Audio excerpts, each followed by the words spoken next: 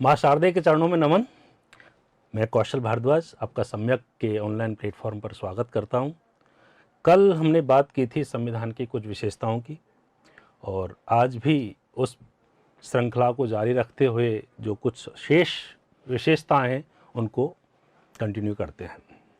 कुछ विशेषताएं हो चुकी थी, जैसे राष्ट्रीय क्रांति के लक्ष्य को पूरा करने वाला हमारा ये दस्तावेज है संविधान। कुछ संघीय व्यवस्था जो विविध प्रवृत्तियां लिए हुए है उसकी बात हुई थी, और गणतंत्रात्मक लोकतंत्र में उत्तरदायी संसदीय व्यवस्था अपने आप में एक बड़ी विशेषता है, उसकी बात हमने की। साथ में जो न्यायिक निर्वचन या जुडिशियली इंटरप्रिटेशन से जो विशेषता बनी है, जैसे संविधान की आधारभूत संरचना का सिद्धांत, उसको भी हमने समाहित किया। साथ में जो सिद्धांत तय विधि द्वारा स्थापित प्रक्रिया का उल्लेख संविधान में है, लेकिन व्यवहार में उच्चतम न्यायालय द्वारा, उच्च न्यायालयों द्वारा विधि की सम्यक प्रक्रिया को स्थान दिया गया है, वह भी एक विशेषता थी।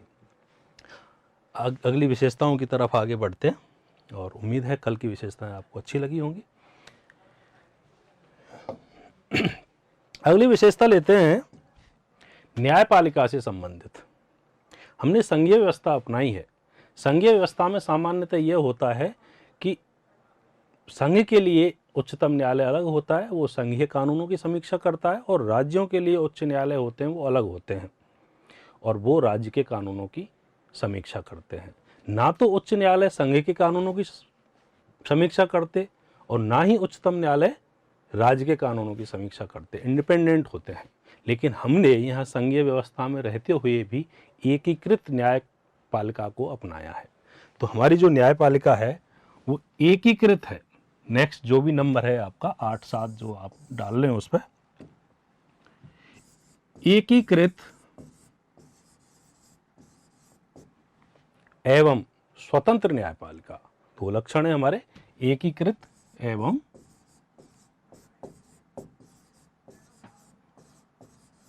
स्वतंत्र न्यायपालिका। अब ये विशेष कैसे है? देखो, दो लक्षण है ये, एक एकीकृत, एक है स्वतंत्र। ये एकीकृत व्यवस्था है यूके की, ब्रिटेन की, और स्वतंत्र विशेषता है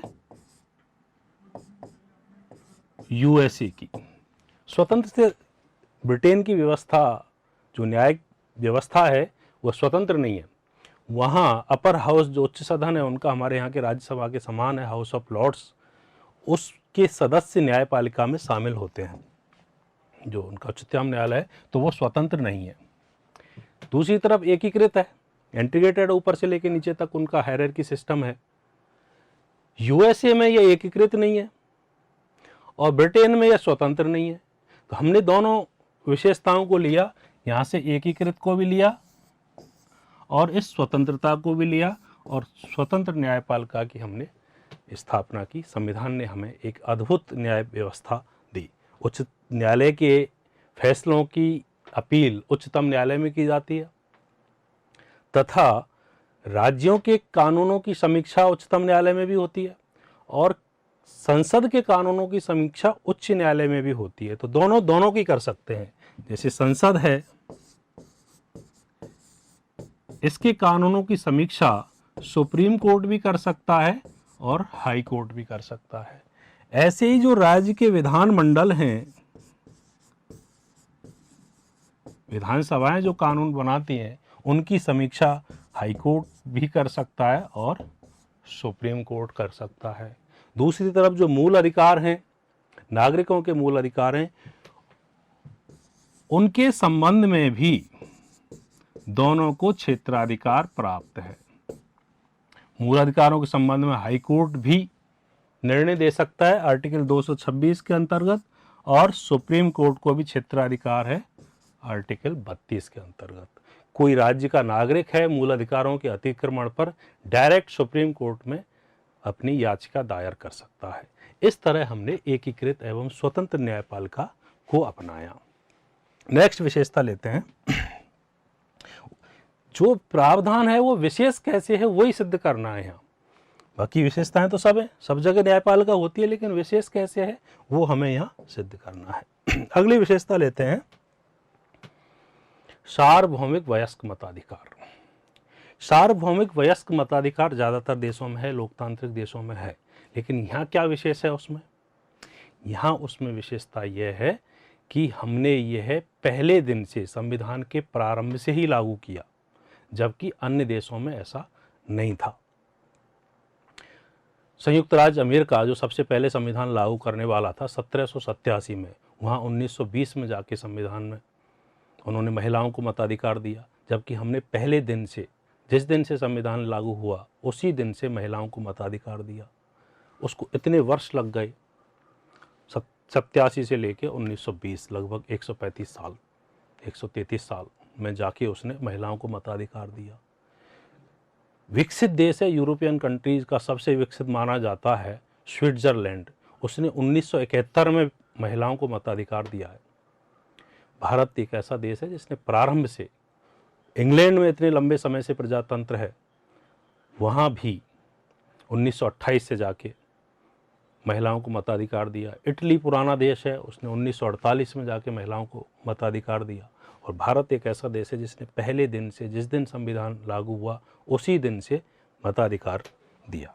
तो ये लिख सकते हैं हम अगली विशेषता के रूप में, प्रारंभ से ही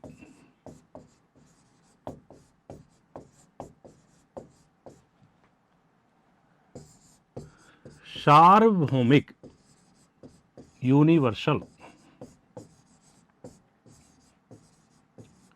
वयस्क मताधिकार।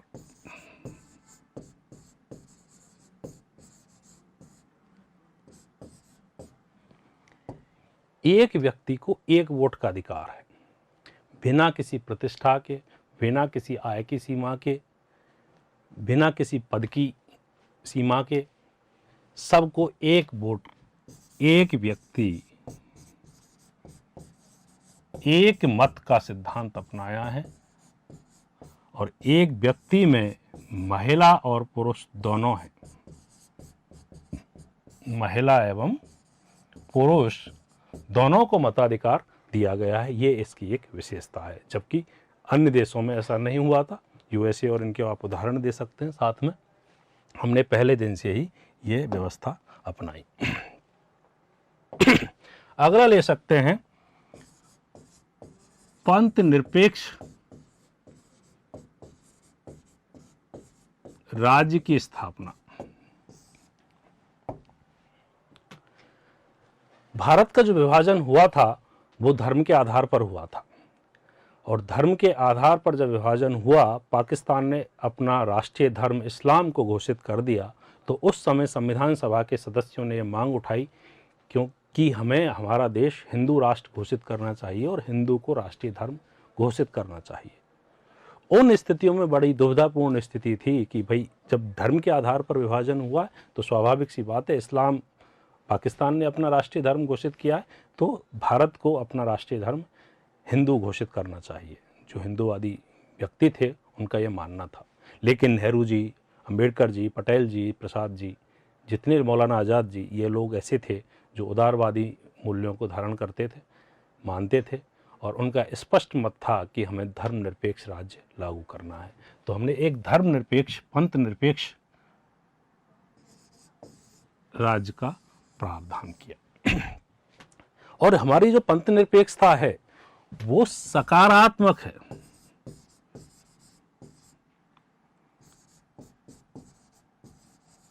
धर्म के मामलों में पंथ निरपेक्षता का मामला ये मतलब यह है कि राज्य का कोई राष्ट्रीय धर्म नहीं होगा और वो किसी विशेष धर्म को सहूलियत नहीं देगा, तवज्जो नहीं देगा, वरीयता नहीं देगा, और ना ही दूसरे धर्म को तिरस्कार करेगा।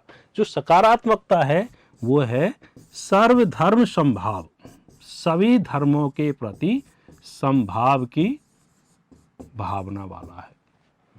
धार्मिक स्वतंत्रता दी है मूल अधिकारों में, अनुच्छेद 25 से लेकर 28 तक धार्मिक स्वतंत्रता है, जो ये तय करता है कि हमने सकारात्मक धारणा को अपनाया है। साथ में सबको समानता का अधिकार दिया, अनुच्छेद 14 से 18 तक। स्वतंत्रता दी है अनुच्छेद 19 से 22 तक। तो सबको स्वतंत्रता है, सबको समानता है, धर्म के आधार पर कोई विभेद नहीं करता राज्य। तो इस तरह हमने एक पंथ निरपेक्ष राज्य का प्रतिपादन किया संविधान के माध्यम से। नेक्स्ट विशेषता लेते हैं, जो हमारा लोकतंत्र है वो त्रिस्तरीय तंत्र है, 3 स्तरीय तंत्र है, 3 टायर डेमोक्रेसी है।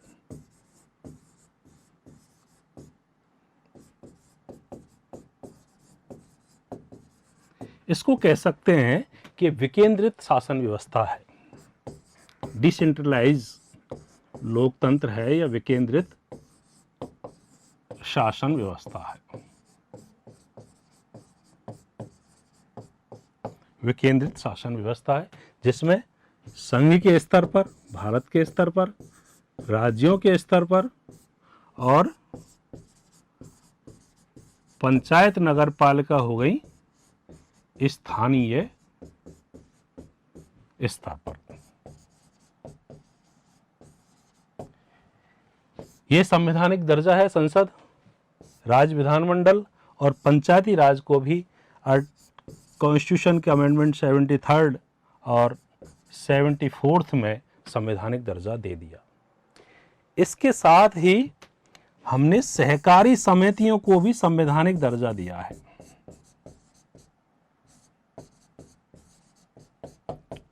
बहुत कम देश ऐसे होंगे राष्ट्र में, पूरे विश्व में, जो सहकारी समितियों को संवैधानिक दर्जा देते हों, लेकिन भारत ने सहकारी समितियों को भी संवैधानिक दर्जा दिया है।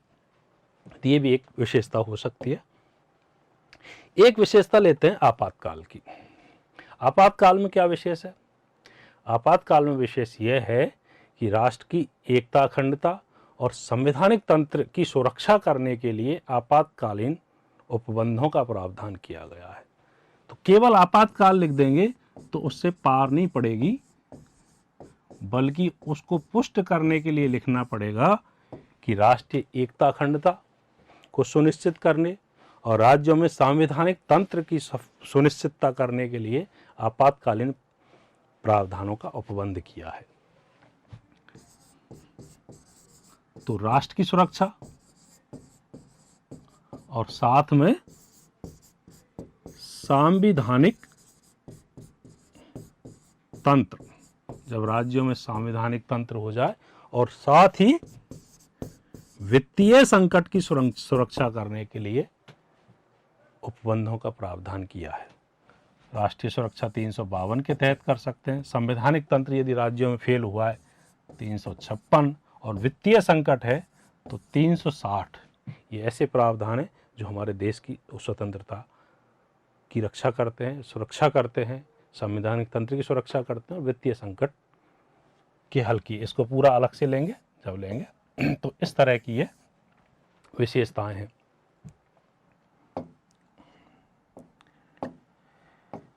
अगली विशेषता के रूप में ले सकते हैं कि जो विश्व के चुनिंदा पुष्प हैं या चुनिंदा गुण हैं, उन विशेषताओं को समाहित करते हुए एक अनुपम समाहार हमने तैयार किया है। यह विश्व के चुनिंदा फूलों का एक गुलदस्ता है। चुनिंदा फूलों का गुलदस्ता है भारत का संविधान, अर्थात विश्व में अन्य देशों में जो अच्छी अच्छी विशेषताएं हैं उनको हमने समाहित किया है हमारे संविधान में। तो नेक्स्ट विशेषता लेते हैं, विश्व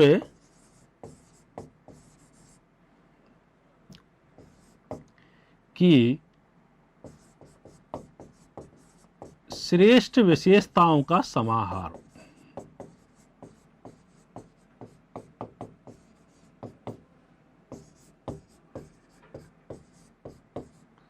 या चुनिंदा पुष्पों का उत्कृष्ट गुलदस्ता।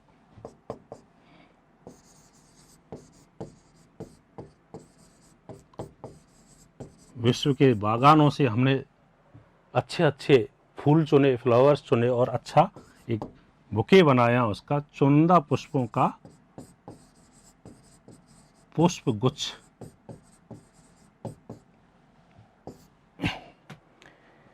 या इसको बदल के क्वेश्चन ये आ जाए कि संविधान के प्रेरणा स्रोत कौन से थे, किन किन देशों से, किन किन प्रावधानों से प्रेरित हुए हम। तो उसमें भी यही उत्तर हमें लिखना है। तो प्रेरणा स्रोत के रूप में भी यही लिखे जाएंगे कि हमारे देश का संविधान किन किन चीज़ों से प्रभावित था, किन किन प्रावधानों से प्रभावित था, विश्व की कौन सी विशेषताओं को हमने हमारे संविधान में शामिल किया, उनको हम लिखने का कष्ट करते हैं। सबसे ज़्यादा जो प्रभावित हुआ हमारा संविधान वो ब्रिटेन के संविधान से प्रभावित हुआ, यूके से, क्योंकि स्वाभाविक सी बात है, ब्रिटिश तंत्र था भारत में और ब्रिटिश तंत्र ने अपने यहाँ की व्यवस्था को ही भारत में लागू किया और हमारे भारत के नागरिक लोग, नेता उस व्यवस्था से काफ़ी हद तक परिचित थे। तो एक बड़ा कारण यह था कि काफ़ी हद तक वो परिचित थे, इसलिए भी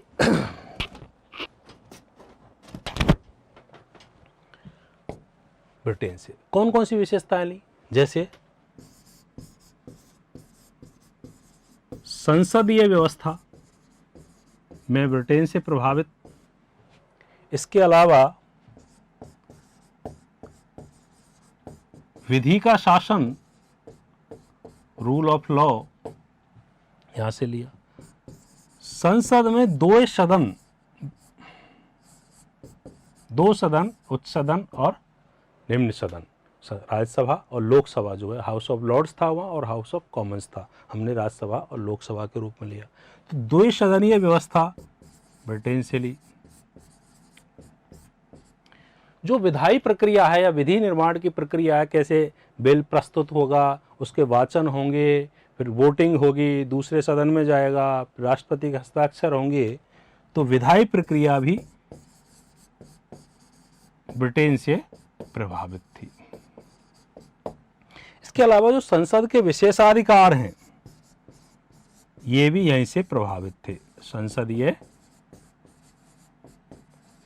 विशेषाधिकार।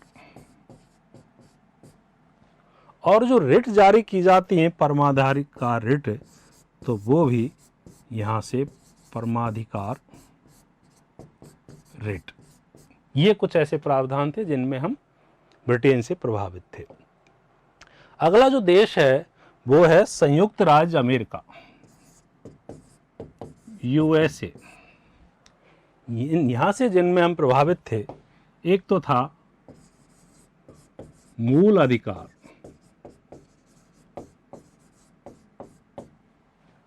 फंडामेंटल राइट्स में हम यूएसए से प्रभावित थे। इसके अलावा स्वतंत्र न्यायपालिका,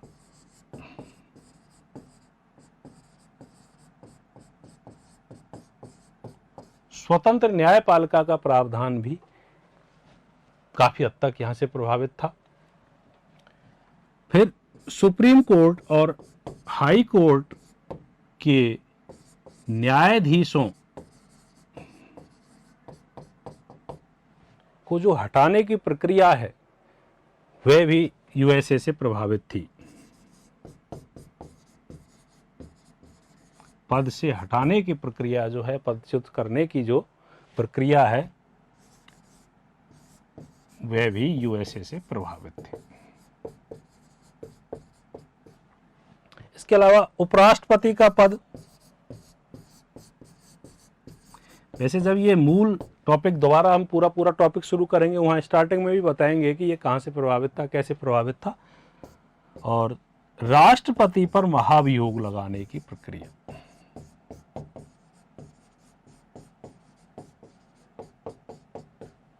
ये यहां से प्रभावित थे। इसके अलावा जो प्रावधान थे, कुछ थे कनाडा से प्रभावित। जब हम संघीय व्यवस्था के संदर्भ में चिंतन मनन कर रहे थे कि किस तरह की संघीय व्यवस्था अपनाई जाए, एक तो यूएसए का मॉडल था, एक कनाडा का मॉडल था। यूएसए में राज्य ज़्यादा मजबूत हैं, संघ कमज़ोर है, और अवशिष्ट शक्तियां राज्यों के पास हैं यूएसए में। जबकि कनाडा में संघ ज़्यादा मजबूत है, राज्य कमज़ोर हैं और अवशिष्ट शक्तियां संघ के पास हैं। तो हमने कनाडा वाले संघीय मॉडल को अपनाया। तो यहाँ मजबूत केंद्र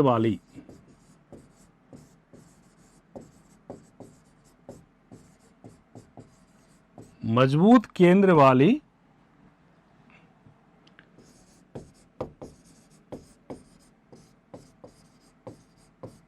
संघीय व्यवस्था को हमने अपनाया। साथ में अवशिष्ट शक्तियां संघ के पास होना, ये प्रावधान भी कनाडा से लिया। और राज्यपाल की नियुक्ति केंद्र के द्वारा किया जाना या राष्ट्रपति के द्वारा किया जाना, ये भी कनाडा से प्रभावित था। इसके अलावा आयरलैंड,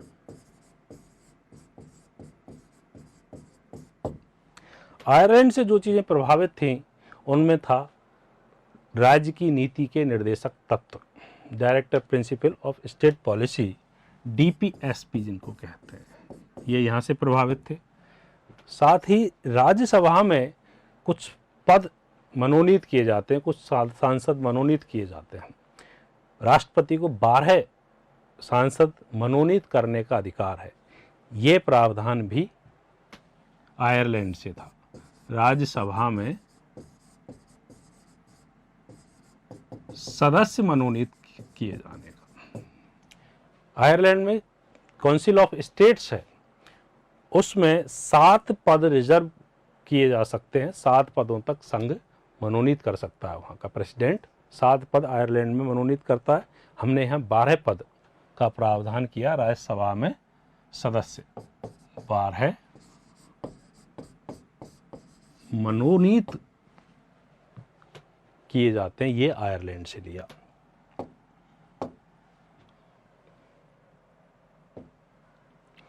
इसके अलावा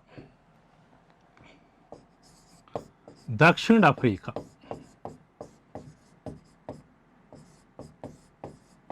दक्षिण अफ्रीका से लिया हमने संविधान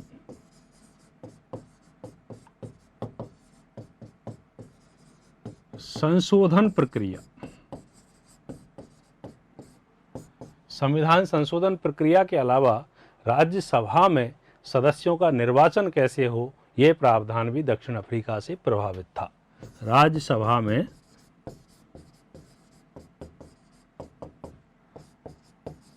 या राज्यसभा के सदस्यों का निर्वाचन वाला प्रावधान भी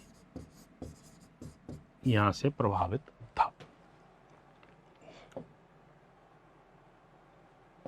कुछ प्रावधान ऑस्ट्रेलिया से भी प्रभावित थे, तो वो भी लिख लेते हैं।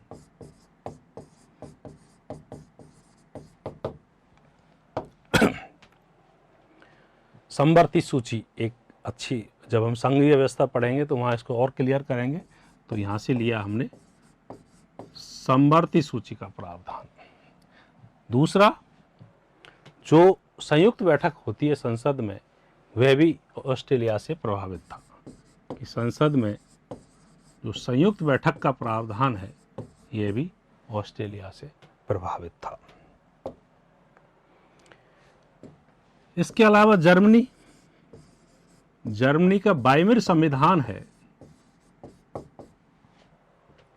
यहां से जो प्रावधान है, सामान्यतः हम ये लिख देते हैं कि ये आपातकालीन प्रावधान जर्मनी से लिए गए थे, जबकि आपातकालीन प्रावधान थे हमारे 1935 के भारत शासन अधिनियम से।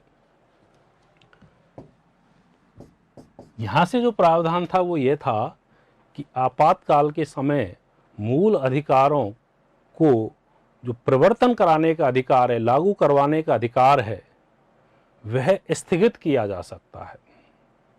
मूल अधिकार को फोर्सेबल जब कराते हैं, न्यायालय में आवेदन देके न्यायालय रिट जारी करके फोर्स कराता है, तो वो वाला अधिकार स्थगित किया जा सकता है आपातकाल के समय। आपातकाल के समय और क्लियर करेंगे तो आपातकाल में आपातकालीन प्रावधान नहीं लिए, आपातकाल में मूल अधिकारों के प्रवर्तन कराने, फोर्सेबल कराने या लागू कराने का अधिकार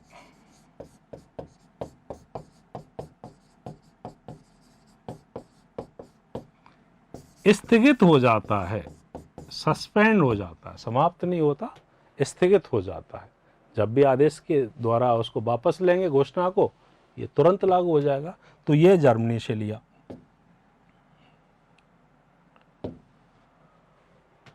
संयुक्त राज्य यूएसएसआर, सोवियत संघ, जो पूर्व संविधान था इनका, वहां से लिए हमने मूल कर्तव्य, जो भारत में 42nd CAA 1976 में जोड़े थे। 42वें संविधान संशोधन अधिनियम में इनको स्थान दिया था, मूल कर्तव्यों को। वैसे भी भारतीय प्राचीन संस्कृति कर्तव्य परायण रही है, यहाँ कर्तव्य थे ही, तो नागरिकों के कर्तव्यों का स्थान दिया था यहाँ। इसके अलावा जो है फ्रांस, मूल कर्तव्यों के साथ साथ जो प्रस्तावना में न्याय की अवधारणा है, सामाजिक आर्थिक राजनीतिक न्याय, विशेष रूप से सामाजिक न्याय, वो यूएसएसआर थे। सामाजिक आर्थिक और राजनीतिक न्याय।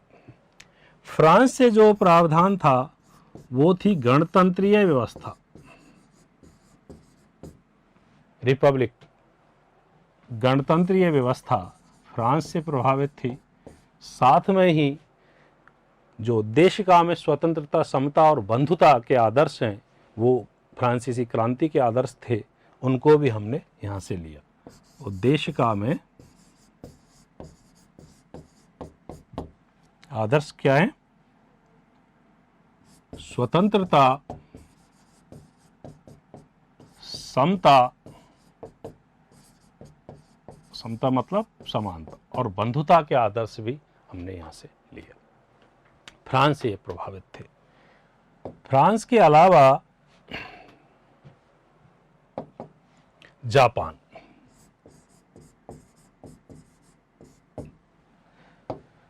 जापान से हमने एक क्लॉज लिया आर्टिकल 21 में, जिसका वर्णन है विधि द्वारा स्थापित प्रक्रिया। तो विधि द्वारा स्थापित प्रक्रिया का जो प्रावधान है,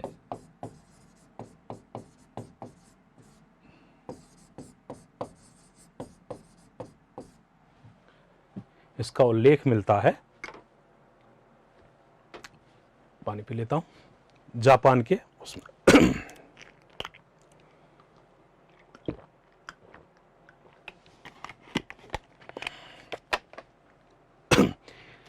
यदि स्रोत पूछे जाएं कि संविधान के प्रेरणा स्रोत क्या थे, किन देशों का क्या क्या प्रावधान हमने लिया, वो तो विशेषताओं में लिखना है। और यदि संविधान के स्रोत पूछ लिए जाएं तो आप स्रोत में 1935 अधिनियम का उल्लेख भी कर सकते हैं कि 1935 अधिनियम से हमने क्या लिया। तो भारत शासन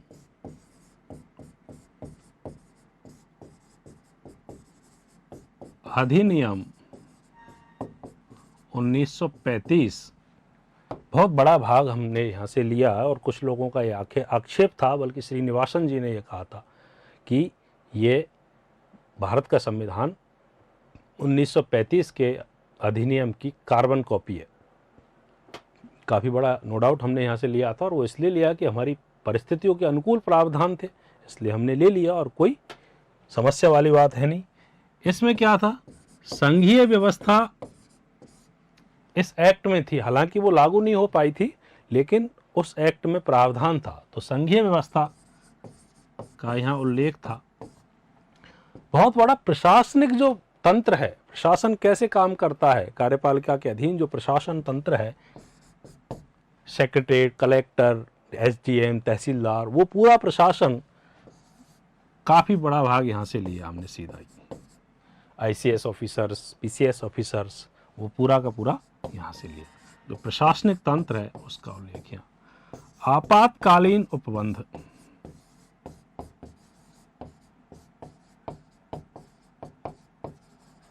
आदि चीजें यहाँ से हमने ली। राज्यपाल का कार्यालय,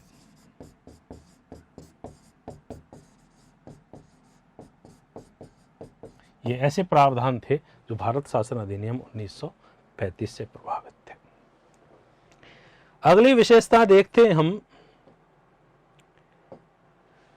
संविधान के संबंध में, कि संविधान हमारा कठोर है या लचीला है। दो व्यवस्थाएं थी, संयुक्त राज्य अमेरिका और यूके।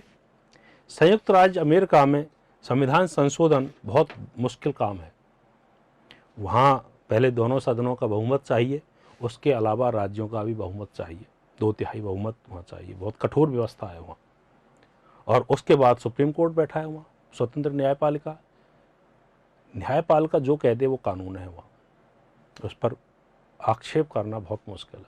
और दूसरी तरफ ब्रिटिश संसद, ब्रिटिश संसद में जो संविधान संशोधन किया जाता है या पुरानी व्यवस्था को बदला जाता है, उसके लिए सामान्य साधारण बहुमत की आवश्यकता है। जैसे सामान्य विधियां बनाई जाती हैं, विधि जो बनती है साधारण बहुमत से, कि जो लोग उपस्थित हैं, मत देने वाले हैं, उनका बहुमत चाहिए बस।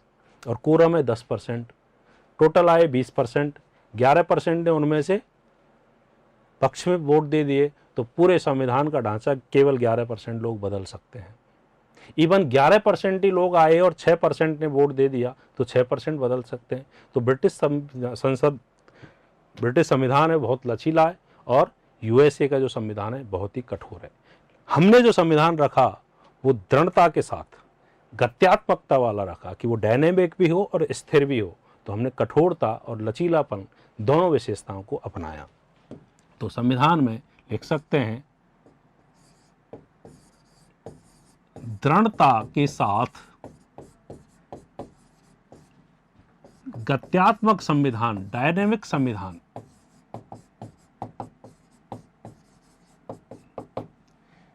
मतलब कठोर भी है ये और गत्यात्मक भी है, या लचीला है, नम्य है, रिजिड और सॉफ्ट दोनों का सम्मिश्रण यहां मिलता है। कुछ प्रावधान तो ऐसे हैं जिनको संविधान संशोधन माना ही नहीं जाता, जैसे राज्यों की सीमाओं में परिवर्तन करना है, राज्यों के भाग करने, विभाजन करना है उनका, एक राज्य से 2 राज्य बनाने हैं, 2 से मिला के 3 बनाने हैं, या 2 राज्यों को मिला के 1 करना है। तो इसके लिए तो साधारण बहुमत से काम चल जाता है। तो सामान्य बहुमत है, जरूरत ही नहीं संविधान संशोधन की। कठोरता में यह है कि कुछ भाग ऐसे हैं जो बीच की स्थिति वाले हैं, जिनमें केवल 2/3 बहुमत की आवश्यकता, विशेष बहुमत की आवश्यकता है, उपस्थित और मत देने वालों का 2/3 और कुल का बहुमत आवश्यक होता है। और कुछ प्रावधान ऐसे हैं जिसमें 2/3 के साथ साथ आधे राज्यों का अनुमोदन आवश्यक है। तो ये 2/3 के साथ साथ आधे राज्यों का, ये काफ़ी कठोर है और बहुत मुश्किल होता है कि ये संघीय व्यवस्था को बदल दें। तो संघीय व्यवस्था से संबंधित, राष्ट्रपति से संबंधित, राज्य सूची, संघ सूची, इन विषयों से संबंधित जो प्रावधान हैं वह 2/3 बहुमत के साथ साथ 50% कम से कम उनमें ये भी आवश्यक है। 50% राज्यों का, आधे राज्यों का भी अनुमोदन उनमें होना जरूरी है। तो इस तरह की ये विशेषताएं हैं। और विशेषताओं में हम देखें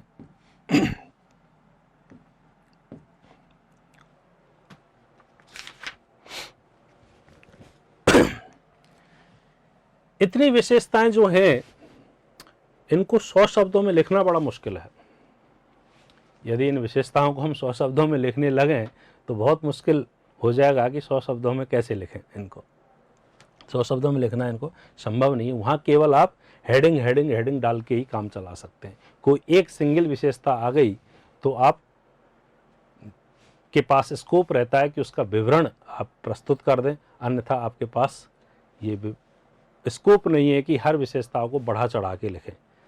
17-18 विशेषताएं, उनको लिखना बड़ा दुष्कर कार्य है कि 100 शब्दों में वो लिख दी जाए। तो आपके पास जो स्ट्रेटेजी होगी वो केवल ये होगी कि आप उन हेडिंग्स को लिख दें। और छोटा सा मैं उदाहरण दे के बताऊँ, जैसे पहली विशेषता को जब आप लिखोगे कि राष्ट्रीय क्रांति के लक्ष्यों को पूरा करने वाला दस्तावेज है, तो आप लिखोगे राष्ट्रीय क्रांति के लक्ष्यों।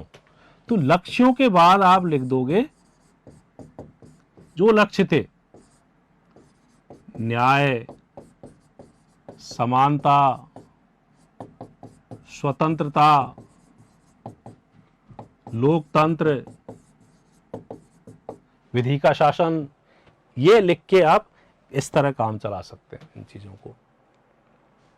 और बड़ी विशेषता है विश्व की चुनिंदा विशेषताओं को समाहित करने वाला, वहां भी आप केवल उदाहरण देके, जैसे यूएसए से मूल अधिकार, ब्रिटेन संसद व्यवस्था, आयरलैंड नीति निर्देशक तत्व, तो जो मूल चीज़ें हैं उनको आप लिख सकते हैं। एक विशेषताओं के रूप में और एक्स्ट्रा जोड़ सकते हैं आप मूल कर्तव्य, कि हमारे यहाँ मूल कर्तव्यों का भी उल्लेख किया गया है। केवल अधिकारों की बात ही हम नहीं करते हैं, बल्कि मूल कर्तव्य भी नागरिकों के लिए प्रावधान किए गए हैं। ये भी एक एक्स्ट्रा है। स्थानीय स्वशासन को संवैधानिक दर्जा दिया जाना, ये भी एक संविधान की बड़ी विशेषता है। सहकारी समितियों को संवैधानिक दर्जा दिया जाना, यह भी एक बड़ी विशेषता है। और इनके अलावा एक विशेषता और लिख सकते हैं कि संविधान में सामान्यतः होता है कि जो सरकार के मुख्य अंग हैं उन्हीं का प्रावधान कर दिया जाता है, दूसरे अंगों का प्रावधान कार्यपालिका और विधायिका की मर्जी पर छोड़ दिया जाता है। लेकिन हमारे यहाँ बहुत सारे पदों का संविधान में भी उल्लेख किया है। तो यहाँ स्वतंत्र सांवैधानिक निकायों की स्थापना की गई है। स्वतंत्र एवं सांवैधानिक निकाय, निकाय मतलब बॉडी, अंग का प्रावधान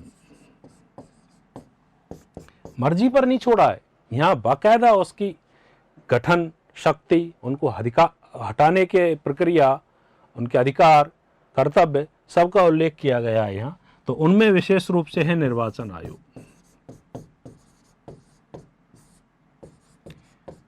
निर्वाचन आयोग यदि स्वतंत्र नहीं होगा, उसके अधिकार नहीं होंगे, तो लोकतंत्र कमजोर हो जाएगा। तो यहाँ निर्वाचन आयोग का प्रावधान करना बहुत आवश्यक था और उन्होंने किया, तो निर्वाचन आयोग को लिया। साथ में सीएजी का प्रावधान अलग से किया, अटॉर्नी जनरल, एडवोकेट जनरल का प्रावधान अलग से किया, नियंत्रक एवं महालेखा परीक्षक तथा महान्यायवादी, इनको भी संविधान में स्थान दिया। इसके अलावा लोक सेवा आयोग,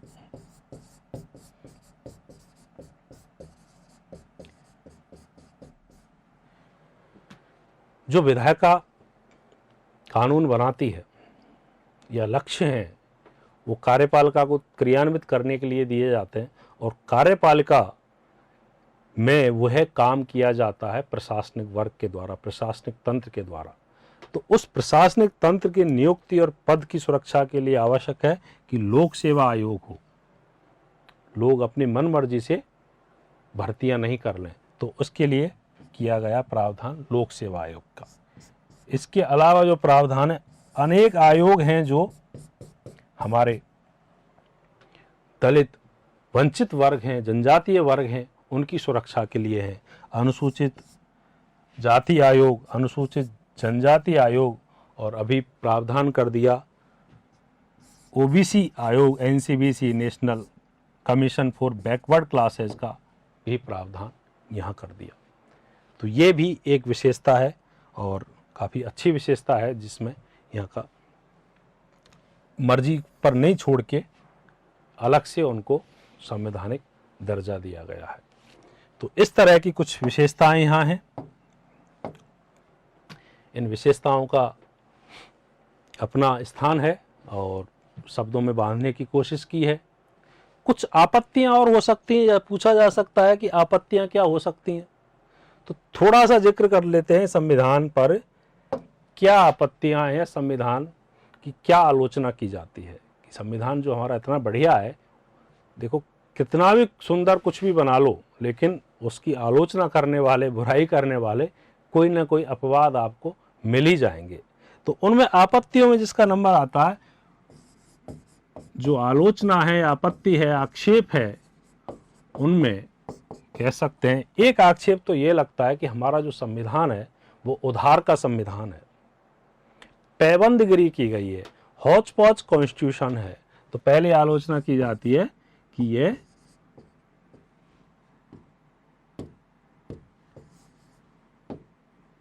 उधार का संविधान है, कि विदेशों से हमने ये उधार लिया है, या पैबंदगिरी की जाती है शर्ट वर्ट कपड़े जब फट जाते हैं तो थोड़ा सा उस पर कटे हुए पे दूसरा कपड़ा लगा के पत्ती जिसको कहते हैं वो लगा देते हैं, तो पैबंदगिरी उसको कहते हैं। हौच पौच कॉन्स्टिट्यूशन है इधर उधर से लिया हुआ, तो हौच पौच कॉन्स्टिट्यूशन का भी आक्षेप लगता है इस पर। इसका जो जवाब है वो ये है कि हमने जो प्रावधान लिए हैं, कहीं से भी लिए हैं, कहीं से भी प्रेरणा लिए, वो हमारी परिस्थितियों के अनुकूल है। परिस्थितियों के अनुकूल प्रावधानों को, आवश्यकताओं के अनुकूल प्रावधानों को हमने जगह दी है। डॉक्टर अंबेडकर ने इसका जवाब देते हुए कहा कि हमारी परिस्थितियों के अनुकूल हमने प्रावधानों को लिया है, और ये जो पैबंदगिरी है ये खूबसूरत पैबंदगिरी है। तो ये पैबंदगिरी है वो खूबसूरत पैबंदगिरी है।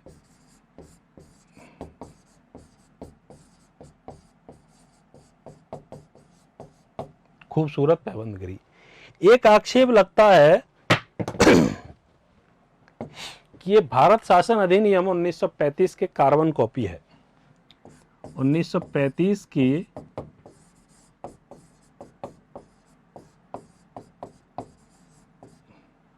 कार्बन कॉपी है, नकल है। आइवर जेनिंग्स ने आरोप लगाया था कि ये भारत शासन अधिनियम 1935 की कार्बन कॉपी है। अंबेडकर जी ने जवाब दिया इसका, वही जवाब कि जो 1935 के प्रावधान थे हमारी परिस्थितियों के अनुकूल थे, हम इनको पहचानते थे, हम जानते थे, उपयोग कर चुके थे, और टेस्टेड बाई ओके प्रावधान थे, हम टेस्ट कर चुके थे, इनका उपयोग कर चुके थे इनको, तो हम जानते थे कि हमारे प्रावधान ये काम के हैं। साथ में इन्होंने ये कहा कि ये कोई साहित्यिक चोरी नहीं है, ये किसी कॉपीराइट की चोरी नहीं है, और किसी का पेटेंट राइट नहीं है। ये अंबेडकर जी ने जो जवाब दिया उसमें स्पष्ट रूप से कहा कि ये साहित्यिक चोरी नहीं है, ये किसी कॉपीराइट की चोरी नहीं है, और किसी का पेटेंट राइट नहीं है। ये किसी ने पेटेंट नहीं कराया हुआ है जिसको लिया नहीं जा सकता, तो हमारे अनुकूल थे वो ले लिए। इसके अलावा जो आक्षेप लगता है वो ये लगता है कि बहुत विशाल संविधान है, महाकाय आकार है इसका, विशाल संविधान है, बहुत ज़्यादा विशाल है। एक सदस्य हैं कामत साहब, उन्होंने आक्षेप किया कि सभा के लिए जिस किरीट, मुकुट, क्राउन का हम चयन कर रहे थे, तैयार कर रहे थे, वो तो एक हाथी था, हाथी के समान था वो किरीट। ये आक्षेप बिल्कुल स्वीकार नहीं किया जा सकता। जब हमने विशेषता लिखी थी कि विस्तृत संविधान है, व्यापक है, लिखित है, निर्मित है, तो वहाँ वो कारण लिखे थे कि ये बड़ा क्यों हुआ, इतना बड़ा संविधान क्यों बना, क्योंकि एकल संविधान था, राज्य और संघ दोनों के प्रावधान शामिल किए गए थे, अन्य स्वतंत्र निकायों को भी स्थान दिया गया था, पंचायती राज को भी अभी स्थान दिया गया है बाद में, विस्तृत रूप से मूलाधिकार नीति निर्देशक तत्वों का वर्णन किया गया था। 1935 का काफ़ी बड़ा प्रभाव था, और हम ज़्यादा से ज़्यादा लिखित लिखना चाहते थे, इसमें विवेक पर नहीं छोड़ना चाहते थे, स्पष्ट करना चाहते थे चीज़ें, ताकि हम लोकतंत्र सुरक्षित रहे। इन वजहों से ये बड़ा हुआ था, और बड़ा होना कोई गलत बात नहीं है। अगर स्पष्ट हो रही है कोई चीज़ तो बड़ी हो जाए, कोई समस्या वाली बात है नहीं। एक आक्षेप इस पर लगता है कि यह गांधीवाद से दूर है।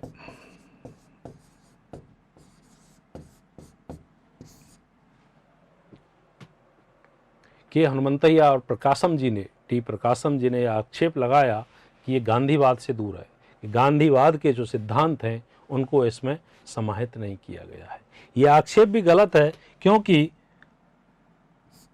जो राज्य की नीति के निर्देशक तत्व हैं वहाँ पर्याप्त मात्रा में गांधी जी के सिद्धांतों का उल्लेख है। बल्कि बाद में, जैसे उनका कहना था कि हमें ग्राम स्वराज की स्थापना चाहिए, पंचायतों को स्थान देना चाहिए, उस समय डीपीएसपी में ग्राम पंचायतों का उल्लेख किया गया, और बाद में 73वें और 74वें संविधान संशोधन में हमने उनको स्थान दे दिया। किसमें स्थान दे दिया? संविधान में स्थान दे दिया। भाग 9 और भाग 9A में हमने स्थान दे दिया। कुटीर उद्योगों का,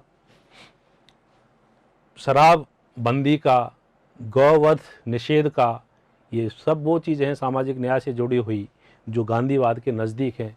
अस्पृश्यता का अंत किया, जो गांधीवाद का, गांधी जी का सपना था कि हम सब समान हों, तो अनुच्छेद 17 में अस्पृश्यता का अंत किया, समानता का अधिकार दिया। तो गांधीवाद से दूर संविधान नहीं है। एक ये आक्षेप लगता है कि ये वकीलों का स्वर्ग है। क्या है ये?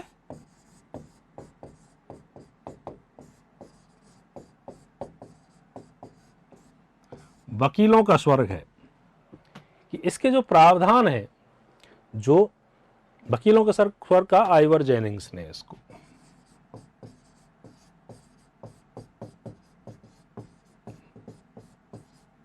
कि इसके प्रावधान मुकदमेबाजी को बढ़ाते हैं, कंफ्यूजन्स हैं, अलग अलग जगह अलग अलग बातें लिखी हुई हैं जो वकीलों का स्वर्ग बनाते हैं। वाद विवाद तो कहीं भी किया जा सकता है, लेकिन जिस स्पष्टता के साथ संविधान को लिखा गया है, कम से कम जगह छोड़ी है व्यक्ति के विवेक के लिए, उसमें इस तरह के आक्षेप स्वीकार नहीं किए जा सकते। तो ये कुछ आपत्तियां भी करते हैं। एक आपत्ति आती है कि ये भारतीयता के विरोध में है। ये भारतीयता के विरोध में है। कुछ सदस्य कह रहे थे कि हम संगीत और सितार का संगीत सुनना चाहते थे, लेकिन हम इंग्लिश बैंड की धुनें सुन रहे थे, क्योंकि हमारे संविधान के निर्माता उसी में शिक्षित हुए थे, उसी को जानते थे। ये आक्षेप भी बिल्कुल गलत है। न्याय, समानता, स्वतंत्रता, अधिकार, ये मानवीय मूल्य हैं जिनको हमने संविधान में स्थान दिया है। सब मानवीय मूल्यों को स्थान देना, समानता का अधिकार देना, न्याय की स्थापना करना, विधि का शासन लाना, ये सब मानवीय मूल्य हैं। इनको स्थान देके हमने कोई भारतीयता का विरोध नहीं किया है। तो ये आक्षेप भी पूरी तरह अस्वीकार किया जा सकता है। तो इन आक्षेपों पर ही ध्यान दे सकते हैं। एक विशेषता और रह गई थी कि हमारे जो अधिकार हैं उनको वर्गीकृत किया। वर्गीकृत अधिकार,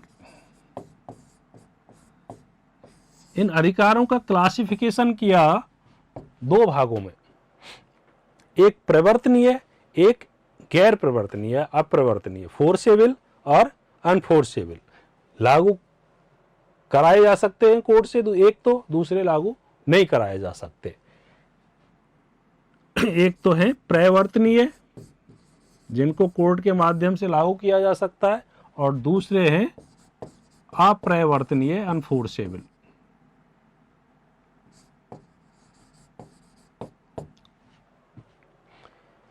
जब संविधान का निर्माण हो रहा था तो BN राव साहब ने यह सुझाव दिया कि हमें अधिकारों को दो भागों में बांटना चाहिए। एक वो जो हम अभी से, आज से गारंटी दे सकते हैं कि हम लागू कर देंगे, एक वह जो हम आज सक्षम नहीं है, हमारे पास संसाधन इतने नहीं है कि आज से ही उनकी गारंटी दी जा सकती हो, तो दूसरे भागों को हम अप्रवर्तनीय अधिकारों में रख सकते हैं।